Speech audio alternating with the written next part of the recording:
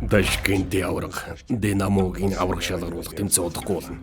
Папенчико хаана вэ? Папенчико боксоор хичээлэхээс татгалцсан. Кузикяц Григорий Белибович, боксын дасгалж удагч. Эзэн нэг өдөр чиний өгзөг бүгднгээс дөрүүлээд энд бүх саадыг давчвал чи алдар нэртэй болно гэж бодож байна уу? Надад алдар нэр хэрэггүй. Надтай хамт бэлтгэл хийвэл чамайг бараг хүн гарч ирэхгүй. Би чамд амлая. Би чамайг авраг болгоно. Яаж яваад энийг динамод оруулждаг байна? Бид ийм хүний гадаадын улс оронд манай улсыг төлөөж явуулахыг хүлээн зөвшөөрөхгүй. Бид бүгдд нь хэлнэ. Папенчикогийн нэрийг жагсаалтаас хассан болохоор манайх ялагдсан гэдгийг.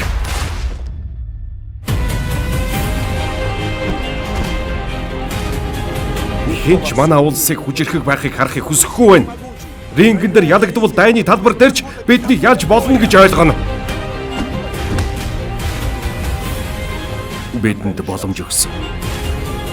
Сэтгэл хөдлөлөө өөрийн давуу тал болго. Чи агуу хүн болох болно.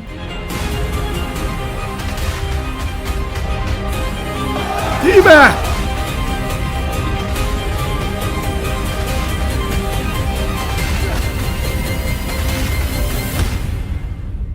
Ханглийн төгсгөлд гэрэл асаахын тулд зүтгэх хэрэгтэй.